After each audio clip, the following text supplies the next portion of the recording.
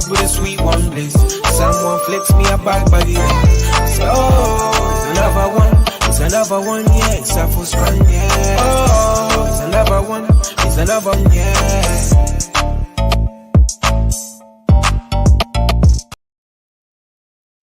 Yes, yes, welcome fight fans. This is another production of iBoxingHub, Mr. Neutral Meats. Before we get to Brian Norman Senior, our special guest for tonight, is a word from our sponsors.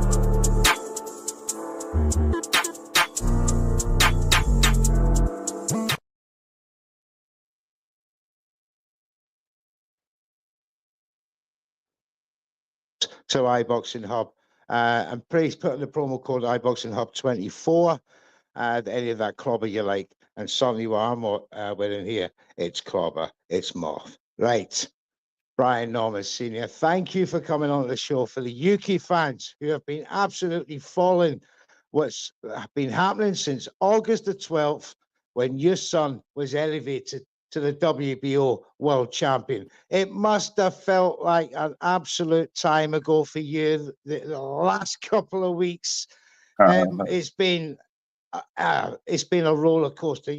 First and foremost, before we get into all that, before we do that, I want to give the UK guys and the fans, from your perspective, just give us a bit of, you know, your son's background. Just when was it you got into boxing? When did you realize that your son had what it took to become a boxer and to a standard that you would probably think would be suitable as a father to take on?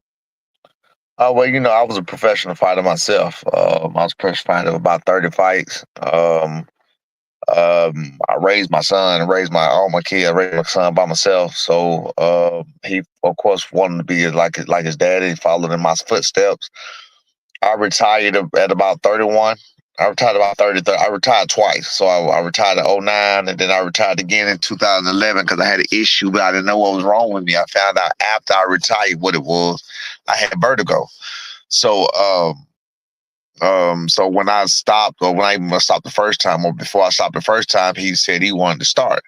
I didn't want to box because, you know, of course, you know, dealing with what I was dealing with at that time, and, you know, boxing is a very unforgiving sport, and I really just wanted to do away with it and to be done with it. But, you know, of course, I can't take away the opportunity that I had and not give it to my kids. So I had an older son and my youngest son, and both of them wanted to box, so I allowed both of them to do it. My youngest son took to it a little more, and took to it. You know, he took it a little more seriously, and I knew he was ready. I knew he was gonna really, really, really be something around 14, 15 years old.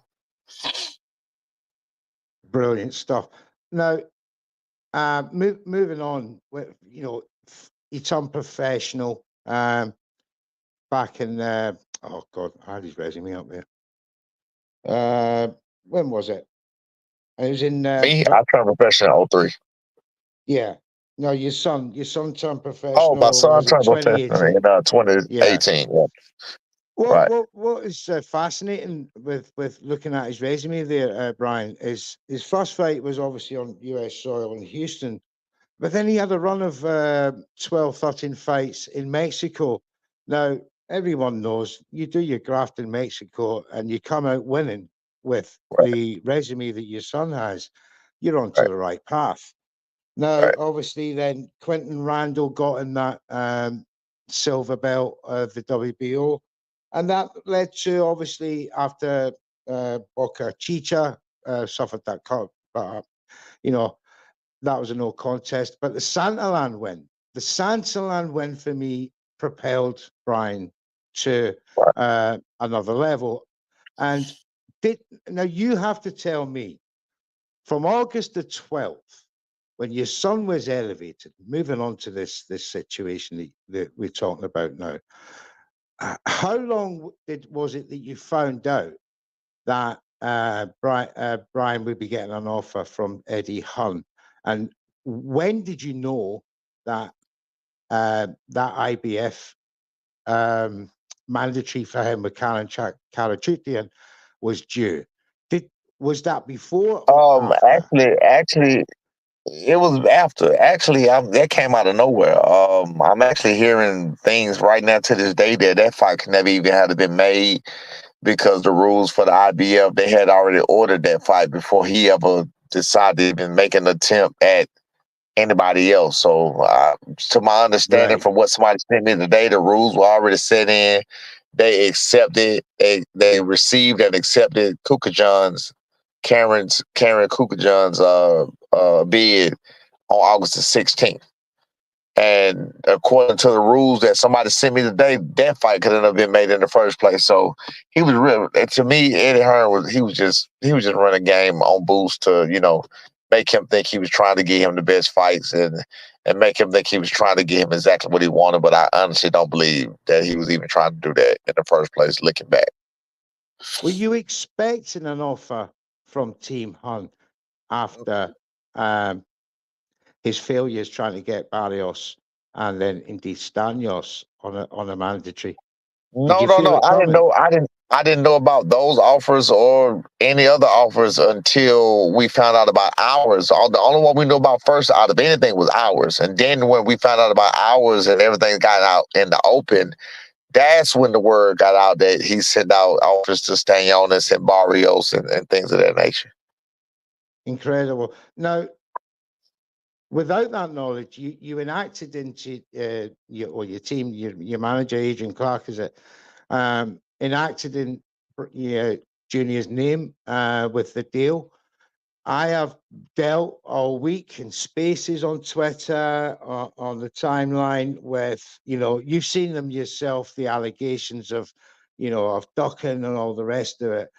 But usually fans are fickle. They make these, they want to see these fights, but they don't understand the mechanics, that actually get to meet it. And what are the standards? My argument was, is Brian Norman Jr. only worth $1.5 million as a WBO champ? And all I got back was, yeah, but you only 100,000 before. No, that doesn't matter when you're a Right. WBO champ. That Right. doesn't matter. That goes out the window. Boots Ennis was only earning 300,000 before he got elevated. And now, according to reports, he's now worth $3.5 million. I don't know. I don't understand, Brian, where people think that value A sticks and whether B, Eddie Hearn really meant that he wanted that fight. Did you think that he really wanted the Brian Norman Jr. fight? At the time, I was on the fence, but I also was saying at the time the fact that he told he offered us $750,000 first. We made a counter offer. He told Boost immediately before we ever responded to the counter offer that all the fighters turned it down. That led me to believe he didn't ever want the fight to happen. I don't believe, even thinking back to the whole scheme of things, I don't think any of that was meant to get out. So I don't think it was meant to get out. I think he wanted to just say, "Hey, I tried, I did this and that," and he wanted to, just keep it moving. And when Booth said what he said, that's what set me off and my son off, and that's what created this whole situation and got it all in the open and out in public in front. So I mean, as simple as this: how are we ducks when no other champion is ducks? You know what I mean? So I mean, if you don't call us every other champion, I mean, even Barrio, they turned out even more. So nobody's a duck. No, you have to think. These people have their own promotion. These fighters have their own promotional company. They have their own contracts. They have their own situation that they're doing. It's not our jobs to go do what's in the best interest of another fighter. You know what I mean? Absolutely, yeah. And if we do that, we expect to be paid whatever we want to, whatever we say we want to get paid. We put a price out there.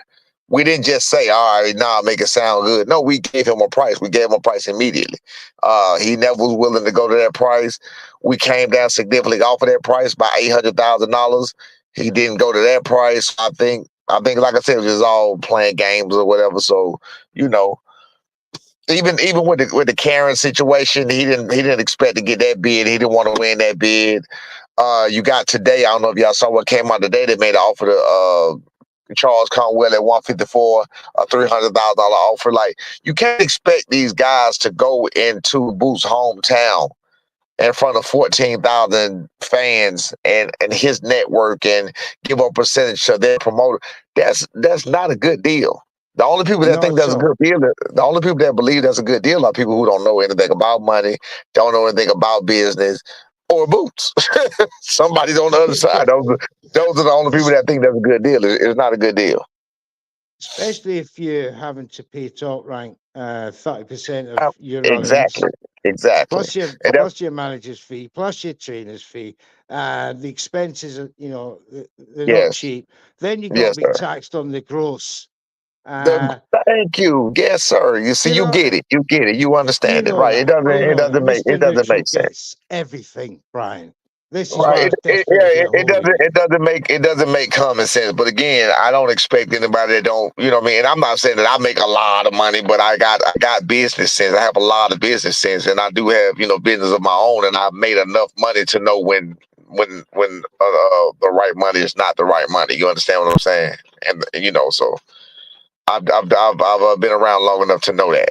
And again, like I said, my son's 23 years old, so he had his own plan. He had his own future. We were doing them a favor by getting them out of the Karen fight.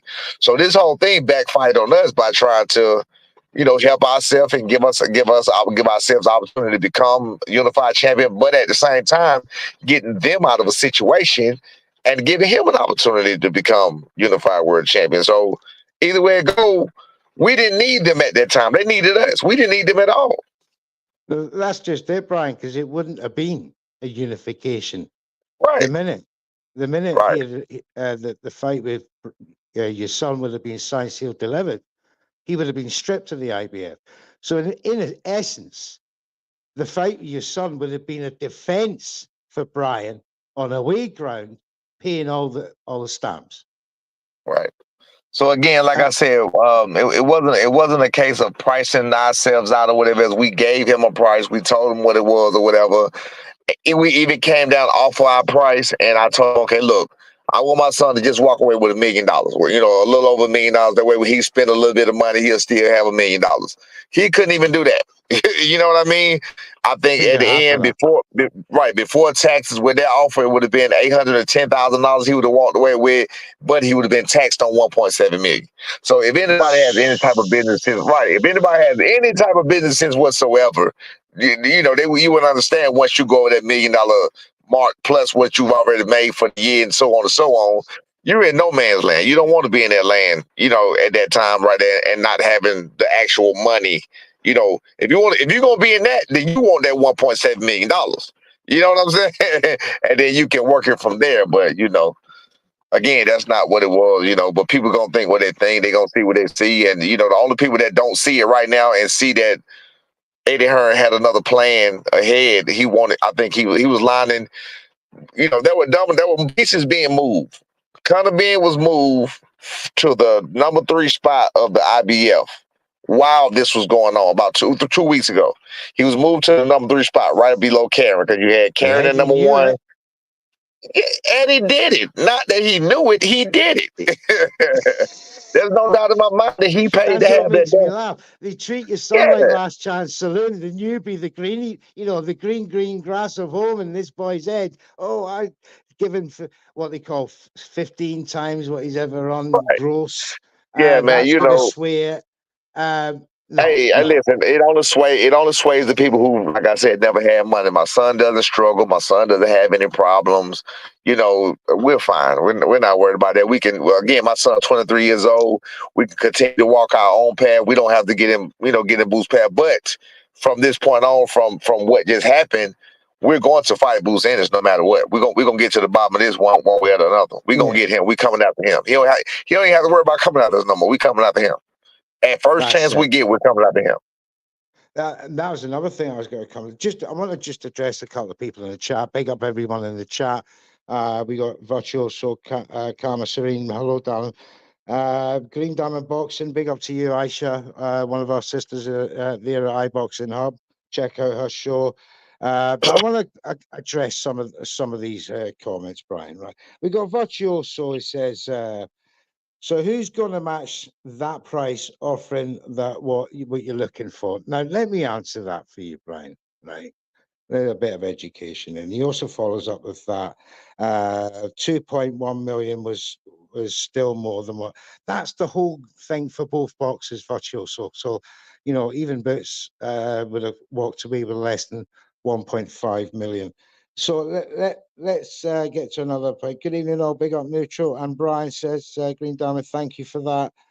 Virtuoso, the business moves on. Now, Cuevas, let's moving on to Cuevas, Derek Cuevas, Brian. You've got that fight now for Brian. Wait, let me answer. Can I respond to that real quick about who's going to pay? Sure. You really just made all the points you need to make about what's worth what when it's worth it. Boots is 27 years old. He's never made that kind of money before when he was 23 years old. So with that being said, just like you just said a minute ago, he made $300,000 or less than $300,000 before he was a champion. Now that he's a champion, he made 100 times if it's $300,000. He made 10 times, not 100. He made 10 times. He made 10 times what he made. You know what I mean? He made literally 10 times what he made then.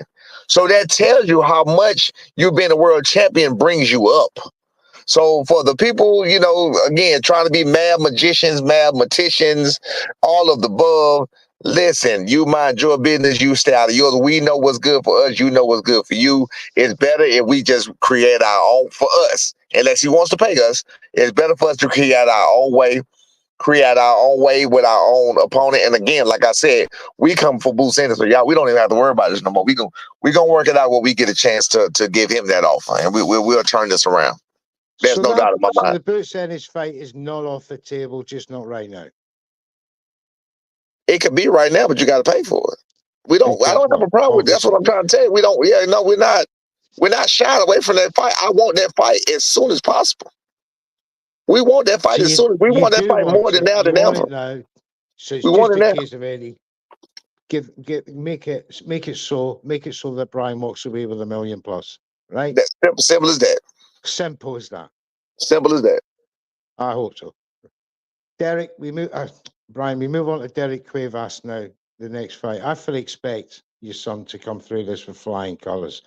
I don't want to see plan ahead too much, but give us a flavour of what would you expect your son in direction to your son to be steered in once he overcomes his mandatory defence. Oh, well, first of all, like you said, we can't look over our current opponent, so we don't overlook our current opponent. We respect our current opponent as a fighter. We respect him as a veteran of 28, 29 fights. So we respect him as a veteran of 28, 29 fights. He's 27-1 with 19 knockouts. With the one loss, that was a split decision loss. So he's by far not a slouch. So he's been in the game for a long time, from my understanding and from what I see. He's a tough, rough, and rugged challenger. Of course, if he made his way to that opportunity, we're gladly giving that opportunity. But I believe that my son's gonna do what he need to do, and we're looking to make only just like we did the performance with Santion, we're looking to make only performances and statements like that. Every performance from this point on really has to be a statement. And that Santion performance certainly was a statement. And if as I was talking to you about fickle fans before, and I seem to remember when Brian won that fight, Twitter on a Sunday morning just exploded with Brian Norman Jr. He's going to be the next great welterweight after Boots, all the rest of it. And then how suddenly that scenario is brought upon the fans. But as you quite rightly said, make the fight. Just pay the money. It's not rocket science. Not rocket It's just science at what it all. Yeah, is. yeah, nah, yeah. People, Don't people. make It's all the people. It's all the people that were Boots fans or whatever. It's one. Those are all the people that's talking that kind of noise. The ones that wanted to see something happen. That they wanted somebody to blame. But to be honest with you, nobody's to blame. I don't even Boots or Bowles. Hearn is to blame. He never wanted to make the fight. Simple as that. I get that flavor. He doesn't want to make the fight. Otherwise, they would have invested a lot more. Yeah, no, he wasn't. He into wasn't. I don't this. think he was gonna make the fight. I think that if we would agree to the amount, it would have been something else later. That he would have probably a rematch clause, or it would have been something later that he would have had a problem with. No doubt in my mind. Yeah, yeah.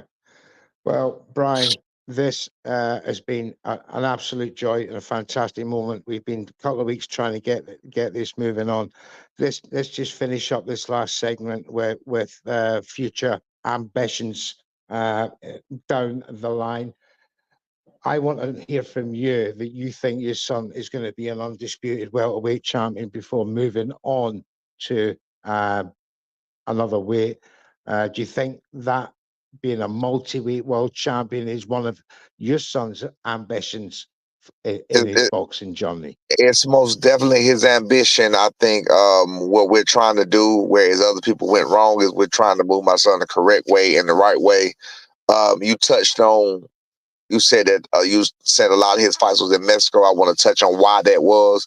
He was a young fighter. He was 17 years old, so he had to learn on the. He was a stellar amateur, but of course on the job you want to protect him or whatever else. I would have matched him a little tougher or whatever the case may be, but that's what it was. He wanted to fight. He wanted to fight a lot. His promoter at the time, Cameron Duggan, rest in peace. He didn't want to. He didn't want him to be too battle worn because he knew we wanted a lot of fights. So he had 12 fights first year. That's how that ended up taking place. With that being said, we look now, he's been tested from that point on. As you see, he's been gradually moved up to tougher opponents, all the way to being a world champion. A couple of performers before his world title shot, that is what got him the shot that he was able to receive, is because they thought that he would lose. They thought that he wasn't really the good. So they took a test and they took a try and they failed at that. So, my son came and walked away with flying colors. As you've seen, he didn't even have to go to another level. He was just on one level the whole time, and he did what he had to do, and he walked away with flying colors on that one, on the Satien fight. And he's a world champion. So that's beautiful. I do believe he's going to become undisputed. I must say this: we're not ones that are looking to move carefully where we protect the old. We're looking to move for legacy. So therefore, if we take a fight, a dangerous fight, such as with the Boots Sanders, we'll take those fights. If we take those fights, all we're gonna do is learn from those fights, whatever we did wrong in those fights, and we're coming back and we're gonna get some work. You know what I mean? But we don't take fights that we don't expect to win. That's for one thing. And if we fall short, then we're just gonna go back to the drawing board. We're gonna get back on it and we're gonna come back, bigger and better. So yes, we do expect to go undisputed. My son, his ambition is to go undisputed, and I have no doubt that he will go undisputed as long as we can get people to play ball. Like I said, we want to move in the right way and make the right deals for the right people. That's all. So the ambition is there. Absolutely. The willingness to face the best opposition is in place. Absolutely. The only thing that's not in place is certain promoters' valuations of your son. Absolutely. And again, I'm sure we may run into the same problem, on the other end a time or two, but if we can maybe create something that's not on one person's side, like this was a Eddie Hearn situation that he was stuck in. He brought it out the blue. He sprung it on everybody. This wasn't anybody playing. This was Eddie Hearn's plans. Supposedly, I don't think it was, but this was supposedly Eddie Hearn's plans. And you spring it out, and this is what you want to do. So you got people, why won't your promoter? No, this is Eddie Hearn's plan. He's doing this. So, hopefully we can work it out and put it in our plans. And maybe even if we do a co-promotion with one of the other champions, and it makes more sense to them, because like I said, I'm sure we'll end up in the same situation somehow, some way, whether it be with the PBC or whoever else, and you have to pay those across the street prices, you know what I mean, where you the cross Yeah. promotion prices and the fee, right? Yeah. So I understand that. So maybe we can work something out, and we can get a deal done where their fighter won't have to pay those kind of fees, or we can make some work where it makes sense on both sides. Excellent. Excellent. Brian, I want to thank you for your time tonight. Congratulations on firstly becoming a world champion, WBO world champion. We wish you all the best of luck from all of us at iBoxingHub, especially me, myself, having interviewed you now. I've been in your corner since day one. I knew of the financials. I could see the writing on the wall. Thank you. I appreciate it. see I'm glad somebody do, right? Right. Everybody else, they just want to throw rocks and throw mud and slang mud, but they don't even understand all the details of what's actually happening. You know what I mean? What's happening behind the scenes, what's going on. And I was speaking to Boosie's father the whole time, and I was, putting him on game. I was like, listen, this is what's going on. The man is playing with y'all. I told him that. I said he's playing with y'all. He's not being forthright with y'all, but hey, look, what happens was meant to happen is gonna happen, and we're fine. We're fine. Yeah. Well, Brian, thank you once again. Just stay there for a minute, please, Brian, while we close the show. I want a quick word after. Once again, ladies and gentlemen, thank you for all your comments in the section there. Thank you for tuning in, turning up. Please like and subscribe to iBoxingHub. And this is a word from our sponsors.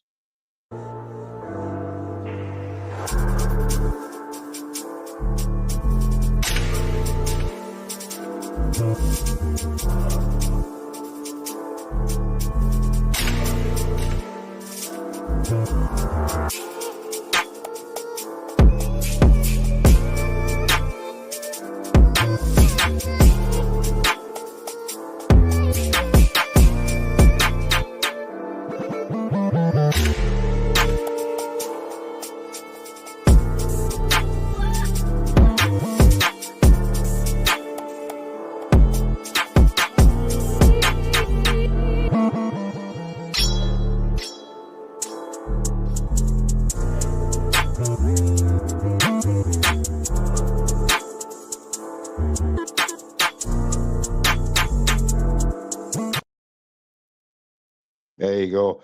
Please like and subscribe. £40 off, 40% off rather, to all your purchases. As I said, thank you for everybody coming through. I will see you soon. All right, I appreciate it, boss. Brian, just a quick word. Is it all right if one of our sister shows contacts you for a show, maybe next week sometime? Yeah, just let me know. I mean, I would like to, if possible, start deading this boots mess. I don't really want to talk about this no more. That's true. That's true. We can close it off if you want to, because I'll just say exactly that. Right. But that was just a favor I wanted to ask for somebody. Right. That's no problem. But Brian, thank you very much for coming through. We hope to speak to you again when you become unified. Right. Thank you. I appreciate it. Okay, boss. Thank you, big man. Speak soon. All right, bye-bye. It's another bang. All the Muslim cars now, whichever get up. I start my card with a sweet one, please. Someone flips me a bag, so